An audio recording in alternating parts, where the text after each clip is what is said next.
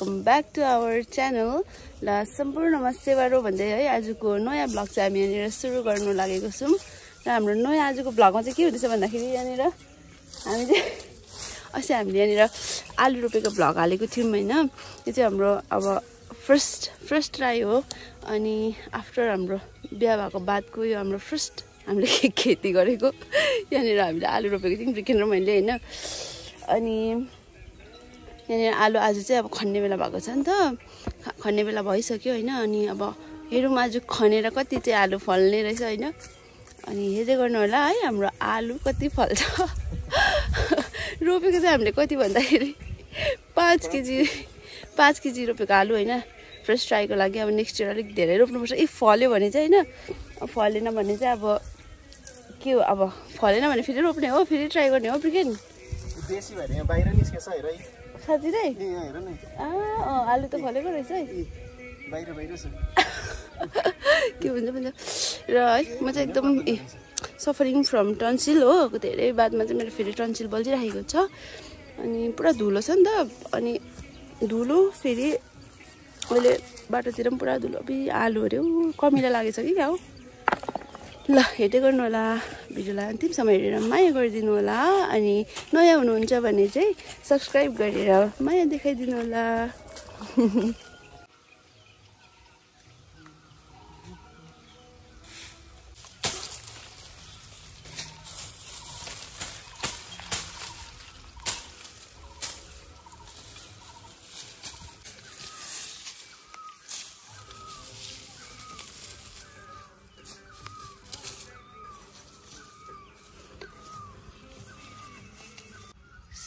कमिला चाहिँ लागेन रहेछ जोस् होइन। तर खोइ हामीले छिटो खनेर हो क्या कस्तो साह्रै मसिनो लाग्यो मलाई चाहिँ। हामीले नरियल नफुटाइ खने नि त कि नरियल नफुटाइ खनेर अरे ब्रिकेनले त मसिनो मात्रै फलेको। ठिकै छ नि अन्त घरमा खाने त हो।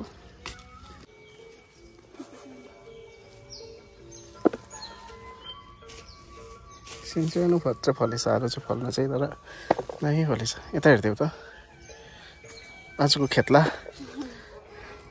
चाहिँ तिम्रो रोज कसरी छ हौ?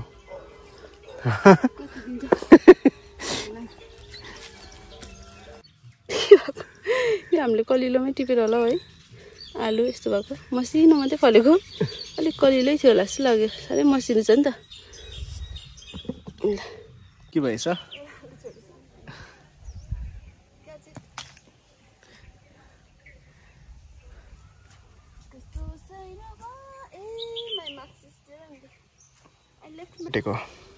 अब हामीले चाहिँ यहाँनिर आलु खनिसक्यौँ। यो त खासमा त खानुपर्छ है।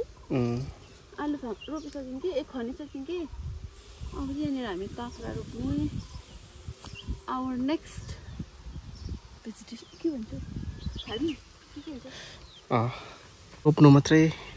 यो चाहिँ आमाले दिनुभएको उताबाट। यो चाहिँ अब यहाँनिर जग्गा बनाउँदैछ सुजिताले।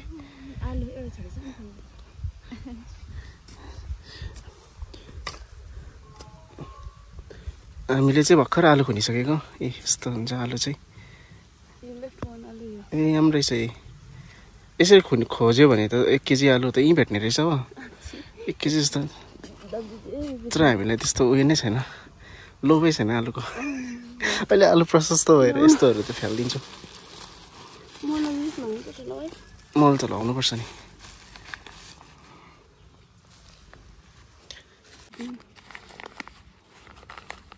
I brought this from my Maika. Our Maika, my ससुराल।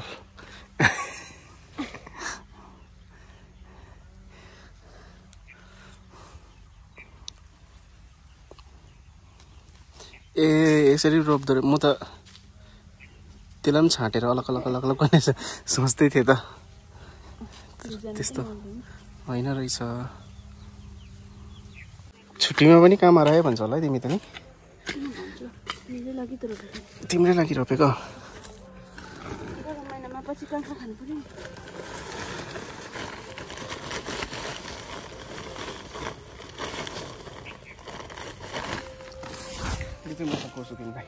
आपको ये मैं से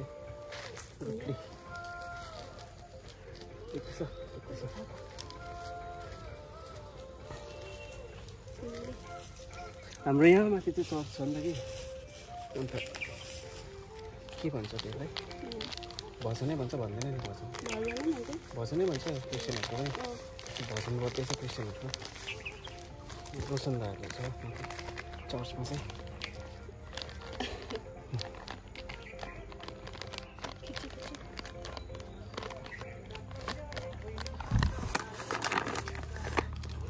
यस्तो हुँदो रहेछ अब यसलाई चाहिँ रोप्यो है माटो हाल्नु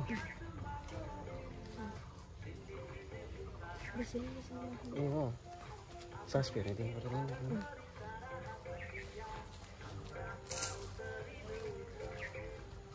पछि यो ठुलो भएर फल्दा चाहिँ खुसी हुन्छ है आज आलु फलेको देख्दा खुसी भयो खुसी भयो नि यस्तो फल्दैछ अब चाहिँ यसलाई त्यो राख्दैछु यो चाहिँ फेरि माथिबाट म त पानी बोकेर ल्याउँछु ल तलबाट अहिले फिलहालको लागि त दिनु पर्यो होला नि पानी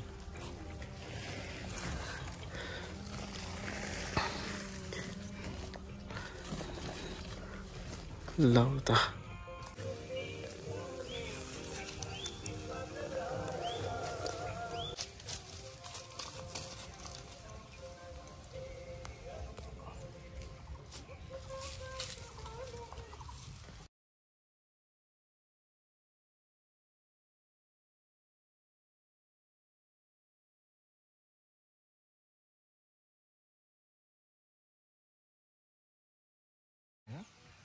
दामी फल्यो दामी यो चाहिँ हो चौसुर अब यो बिउ राख्नुपर्छ यहाँ मेरो हिरो छ तपाईँले सकेको त्यो पेप्सी खाएर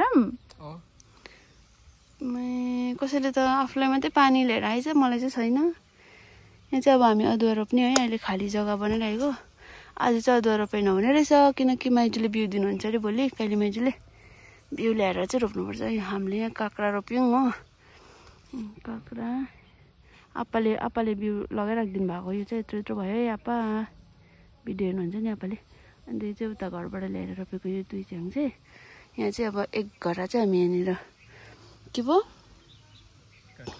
टाढ बनाउने काँक्राको टाढ हो अनि यहाँ चाहिँ अब हाम्रो यो मकै अस्ति आमाले छरिराख्नु भएको गोडिदिउँ भनेको थियो कि फेरि अहिले नगर्नु भने आमाले उयो गरेर के पो भन्छ घाम पानी छैन भने मर्छ भनेर 1-2 दिनमा मात्रै अब जाउँ ल त्यसो भने घर हामीले चाहिँ अदुवा रोप्नु रेडी भएको थियौँ अस्ति माइली तुम्माले दिनुभएको थियो नि त अदुवा अब फेरि भोलि कहिले माइजूले पनि दिनुहुन्छ है त्यो थपेर एकैचोटि रोप्ने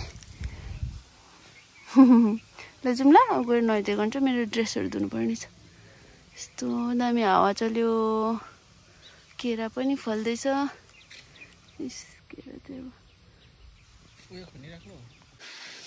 आलु चाहिँ बारीबाट खनेर पनि पाकेर पनि खाँदैछु आलु चाहिँ एकदम टेस्टी मिठो यस्तो खालको मसिनो आलु चाहिँ कसलाई मनपर्छ मलाई चाहिँ साह्रै मनपर्छ दामी भएछ है अघि चाहिँ यो अघि खनेको आलु हो यो चाहिँ हो अनि आफै घरमा आफै रोपेर आफै पकाएर खाँदा कस्तो लाग्दछ ब्रिकिन मिठो हुँदो रहेछ मेहनतको फल मिठा होता है ल हामी चाहिँ खाना पनि खाँदैछौँ 2 जना है